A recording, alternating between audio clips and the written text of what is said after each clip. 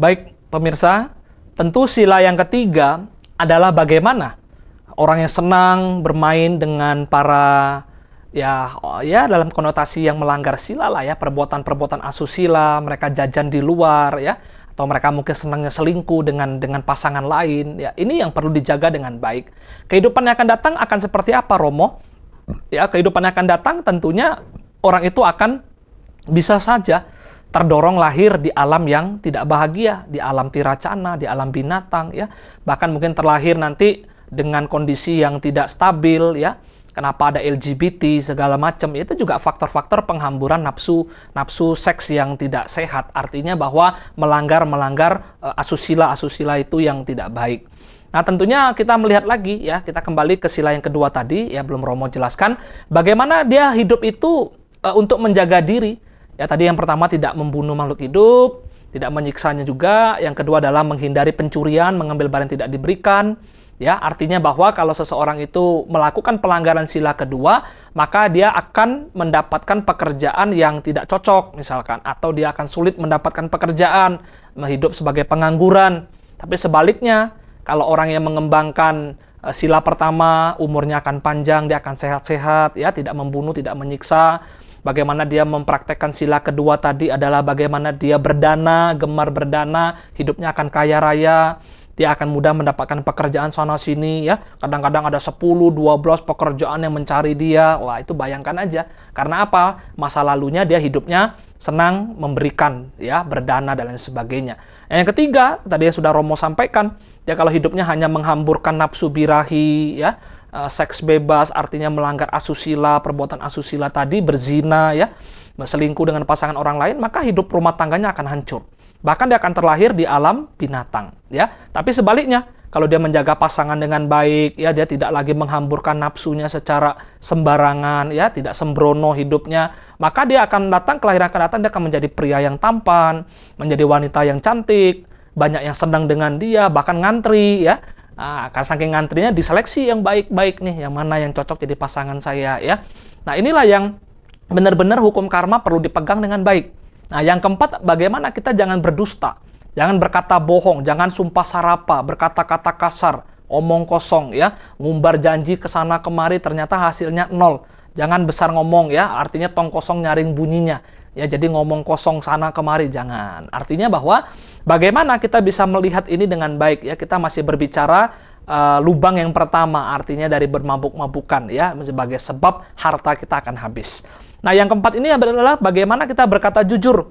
Berbicara jujur ini sebenarnya akan membawa kita kepada dampak bagaimana orang percaya dengan kita.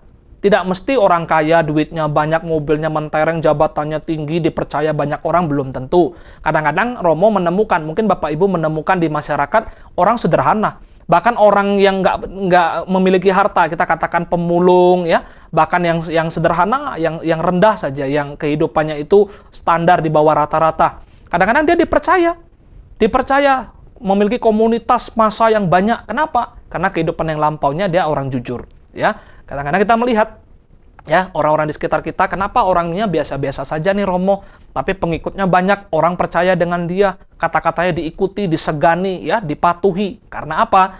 Masa lampau karmanya adalah dia orang jujur. Sekarang menjadi orang jujur juga, menjadi orang kepercayaan, bisa memimpin kepala desa, kepala dusun, menjadi RT, menjadi RW.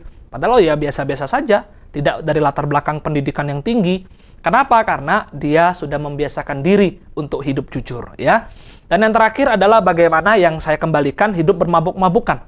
Kalau orang hidup yang bermabuk-mabukan, melemahkan kesadaran, membuat ketagihan seperti menggunakan narkoba, minum-minuman keras, ya, dampaknya apa? Ya, dampaknya yang Romo katakan tadi, dia akan terlahir nanti di kehidupan yang akan datang memiliki intelektual EQ yang sangat rendah, bahkan memiliki keterbelakangan mental seperti itu ya. Ini sangat hati-hati. Tapi sebaliknya, kalau dia rajin meditasi, dia menjaga pikirannya dengan baik, menjaga kesadarannya dengan baik, maka dia akan menjadi manusia jenius. Nah, mungkin Bapak Ibu pernah melihat, membaca koran, pernah dengar informasi, pernah membaca buku atau melihat di media online bahwa ada anak yang umur sekian tahun, dia sudah bisa desain rumah. Bapak Ibu pernah baca bukunya? Romo pernah. Ya, di luar negeri ada keanehan-keanehan. Anak baru usia 5, 6 tahun, 7 tahun, 10 tahun dia bisa desain rumah. ternyata diselidiki bahwa ternyata reinkarnasi kalau bahasa umumnya. Kalau bahasa Buddhisnya berpunarbawa, kelahiran yang lampau, kelahiran yang lalu. Anak ini adalah orang yang senang giat bermeditasi. Memang dia seorang arsitek. Begitu dia meninggal, dia terlahir, sekarang dia menjadi seorang arsitek. Dia bisa mendesain rumah begitu indah. Ada juga seorang anak yang masih umur berapa belas tahun itu bisa melukis dengan indah. Ternyata dulunya dia seorang pelukis yang terkenal. Nah, hal-hal semacam ini tanpa kita pikirkan di luar nalar kita itu memang ada. Faktanya memang ada di lapangan. Loh, kok aneh ya? Masih umur segitu kok sudah bisa ya gitu ya.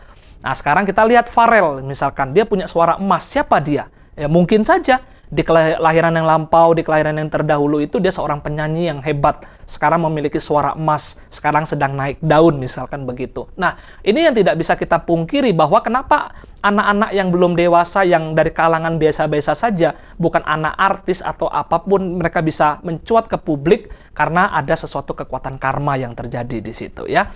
Nah, kenapa orang-orang juga bisa menjadi artis, menjadi papan atas ya? Artinya bahwa kenapa bisa terjadi karena kelahiran yang lampau, mereka juga menjaga sila dengan baik sehingga reputasinya, karirnya mencuat hingga saat ini menjadi seorang artis. Nah, seperti itu ya. Baik, kita kembali kepada lubang yang kedua. Lubang yang kedua yang menyebabkan harta itu menjadi boros karena bermain judi. Coba kita lihat. Romo, di dalam winaya, di dalam sila kan tidak ada mengatakan bahwa tidak boleh berjudi. Tetapi di dalam Wiyaga Pajasutta Anguttara Nikaya inilah yang menjadi dasar kita, bahwa harta kita akan terbuang dengan sia-sia pada saat seseorang menjadi penjudi. Bahkan dia menjadi bandar judi, membuat satu judi besar-besaran ya untuk mendapatkan income yang sebesar-besarnya tanpa memikirkan sila, moralitas, etika yang menjadi pengendali dirinya. Nah, kita lihat saja sekarang ya, di mana-mana ada, kita lihat berita ya, ada penangkapan judi online.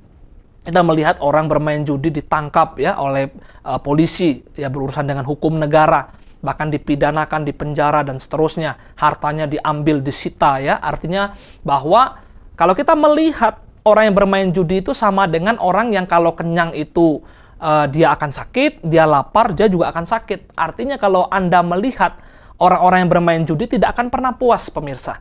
Kenapa tidak pernah puas? Karena apa? Karena orang udah main judi, udah menang, pengen lagi. Udah menang, pengen lagi. Kalau sudah kalah, cari pinjaman. Nggak ada pinjaman, anak istri dipukul. Itu yang terjadi. Kenapa saya tahu? Karena saya melihat kondisi di masyarakat, ada kasus-kasus yang saya temui demikian.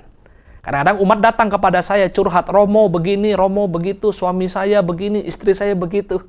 Artinya bahwa ini fakta lapangan yang terjadi. Bahwa judi pun bisa membuat rumah tangga menjadi hancur. Judi pun bisa membuat anak putus sekolah.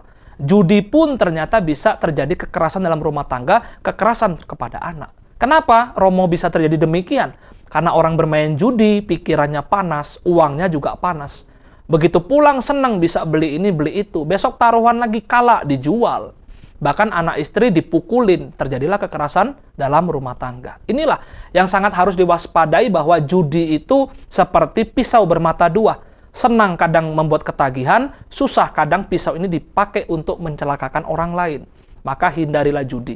Tidak ada yang namanya judi itu membuat orang itu bisa kaya raya. Dengan judi seseorang bisa senang, belum tentu ya. Karena itu adalah uang panas, didapat dengan cara yang tidak baik. Maka secara hukum agama apapun, mabuk, judi perlu dihindari. Karena apa? Itu pendapatan yang tidak sesuai dengan norma-norma agama, tidak sesuai dengan dhamma, tidak sesuai dengan sila. Ya. Baik, yang ketiga adalah lubang yang ketiga menyebabkan harta kita habis adalah di mana kita memiliki sahabat-sahabat yang tidak memiliki moralitas, tidak memiliki norma-norma yang baik. Contoh, ayo hari ini kita main judi yuk, kita kumpul di sana. Ayo hari ini kita mancing misalkan. Ayo hari ini kita kemana? Ya, yang dimana kadang-kadang hal itu ketagihan. Ayo kita gimana pakai ini atau sebagainya ya. Jadi banyak sekali hal-hal yang menyebabkan pelanggaran-pelanggaran sila secara agama Buddha. Kita ikutin. Ya, kita ikutin. Ayo kita shopping, kita beli barang-barang branded hari ini, ada barang baru, wah ada keluaran terbaru. Ayo kita borong, kita shopping. Nah, dengan hal-hal demikian karena pergaulan-pergaulan kita, circle kita adalah sahabat-sahabat yang pemboros, sahabat-sahabat yang mengarahkan kita kepada kemunduran batin, bukan kepada kemajuan batin, kita senang dengan circle-circle pergaulan, lingkaran-lingkaran pergaulan yang semacam ini. Kita berada di zona yang nyaman. Tanpa kita sadari, harta kita terbuang. Maka kalau Romo boleh katakan, harus dijaga dengan baik. Kalau sahabat-sahabat kita tidak baik, sahabat-sahabat kita justru membawa kemunduran bagi kita, ya sudah, taruhannya cuma dua. Apakah Anda menyadarkan dia, atau Anda harus meninggalkan dia? Itu saja. Tapi kalau Anda bisa menyadarkan dia, ya syukur-syukur dia bisa kembali ke jalan yang benar, mengikuti kebaikan, bisa Anda tuntun untuk mengenal agamanya lebih dalam, meninggalkan sesuatu hal-hal yang tidak baik. Berarti Anda bermanfaat bagi orang lain, menjadi berkat bagi banyak orang lain. Tapi kalau Anda justru tidak mampu, tidak memiliki kekuatan, kapasitas bisa menyadarkan orang itu, ya sudah, Anda tinggalkan. Jangan pernah takut untuk tidak mendapatkan sahabat baik. Sahabat baik itu banyak. Ya, taruhan dalam hidup ini cuma dua, Romo katakan. Orang baik akan dibenci dan dimusuhi oleh orang yang tidak baik. Orang yang tidak baik akan siap untuk dijauhi oleh orang-orang baik. Itu adalah seperti minyak dan air yang tidak akan pernah bisa bersatu. Tapi bagaimana di dalam ajaran Buddha?